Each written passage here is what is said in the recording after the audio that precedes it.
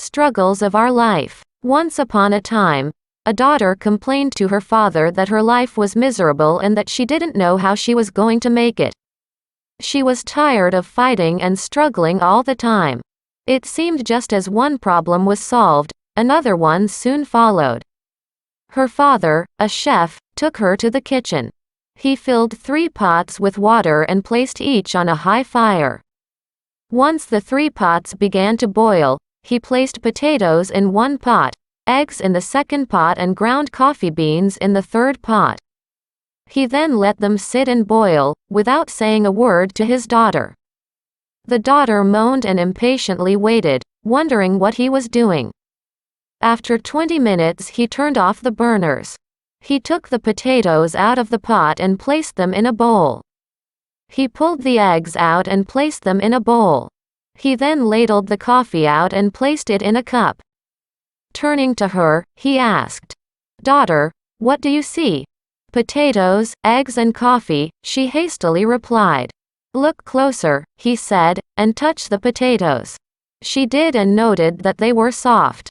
He then asked her to take an egg and break it. After pulling off the shell, she observed the hard-boiled egg. Finally, he asked her to sip the coffee. Its rich aroma brought a smile to her face. "Father, what does this mean?" she asked. He then explained that the potatoes, the eggs and coffee beans had each faced the same adversity, the boiling water. However, each one reacted differently. The potato went in strong, hard and unrelenting, but in boiling water, it became soft and weak. The egg was fragile, with the thin outer shell protecting its liquid interior until it was put in the boiling water. Then the inside of the egg became hard. However, the ground coffee beans were unique. After they were exposed to the boiling water, they changed the water and created something new. "Which one are you?"